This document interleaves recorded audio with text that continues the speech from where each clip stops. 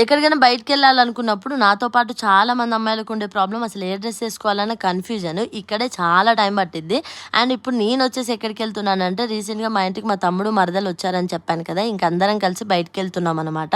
మొత్తానికి ఓ dress select చేసుకొని start అయిపోయాము. ఇంకా మేము ఎక్కడికెళ్తున్నామంటే మా దగ్గరలో ఉన్న డీఎస్ఎల్ మాల్‌కి.